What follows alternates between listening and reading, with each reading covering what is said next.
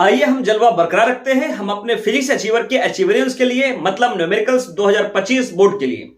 इस सवाल को करना ना भूले। क्वेश्चन नंबर 2 है आपका, क्वेश्चन नंबर 1 हो चुका है, इसलिए क्वेश्चन नंबर 1 देखने के लिए इससे पहले वाले वीडियो पे जाकर देख ले। ठीक है, शुरुआत करते हैं हम लोग। आइए सवाल क्या कहता है हमारे पास। क्वेश्चन ये कहता है हमारे पास कि इक्विवेलेंट कैपेसिटेंस है 3 इक्वल कैपेसिटर का जो कनेक्टेड है सीरीज में। मतलब कि हमारे पास जो कैपेसिटर दिया हुआ है वो इक्वल कैपेसिटर दिया हुआ है। ठीक है, मतलब ये कि अगर पहले कैपेसिटर की जो वैल्यू लेंगे उतना ही सेकंड कैपेसिटर के लिए भी, उतना ही थर्ड कैपेसिटर के लिए भी, यानी तीनों कैपेसिटर आपस में इक्वल है। मतलब इसकी वैल्यू हम मान लेते हैं C। हमने मान लिया C।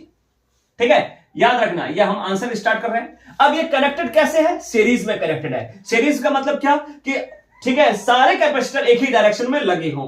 मतलब कैपेसिटर 1, कैपेसिटर 2, कैपेसिटर 3, यानी C1 के लिए भी, कैपेसिटर 1 के लिए भी C है, कैपेसिटर 2 के लिए भी C है, 3 के लिए भी C है।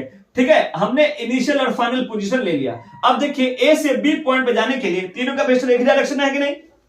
तो हमें पता है कि सीरीज का फॉर्मूला क्या होता है कि जब कैपेसिटर सीरीज में कंबाइंड हो तो उसका फॉर्मूला ये होता है हमारे पास 1/C1 plus 1/C2 plus 1/C3।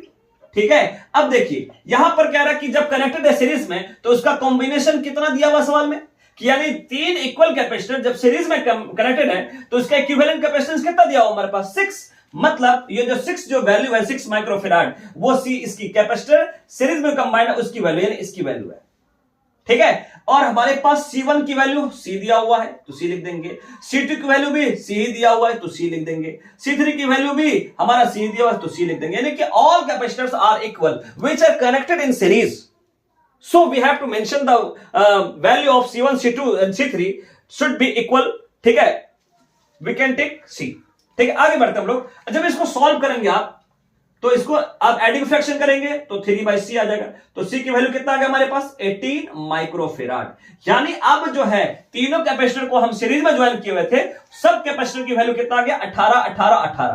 अब कहा गया कि जो ये कैपेसिटर आया है इन कैपेसिटर को ठीक है, अब ये जो कैपेसिटर आया है ये कैपेसिटर को क्या करना है, कनेक्ट करना है। किसके साथ, कैसे कनेक्ट करना है? पैरेलल के साथ। मतलब हमारे पास, यानी इसका मतलब है कि तीनों कैपेसिटर की हमको पैरेलल में कनेक्ट करना है। तो आइए हम कनेक्ट करते हैं। आइए हम लोग कनेक्ट करते हैं पैरेलल के साथ। ठीक है, ये हमारा क्या हो गया 18, ये भी 18 माइक्रोफैराड 18 माइक्रोफैराड। ठीक है, हमारे पास ये A पॉइंट हो गया, ये B पॉइंट हो गया, पैरेलल है। क्योंकि जब हम पैरेलल का बोलेंगे, जब A से B पे जाने के लिए आपको किसी एक पॉइंट से मल्टीपल डायरेक्शन में रास्ता हो, ये मतलब पैरेलल है। ठीक है, तो पैरेलल का फॉर्मूला क्या होता है हमारे पास, CP बराबर C1 plus C2 plus C3।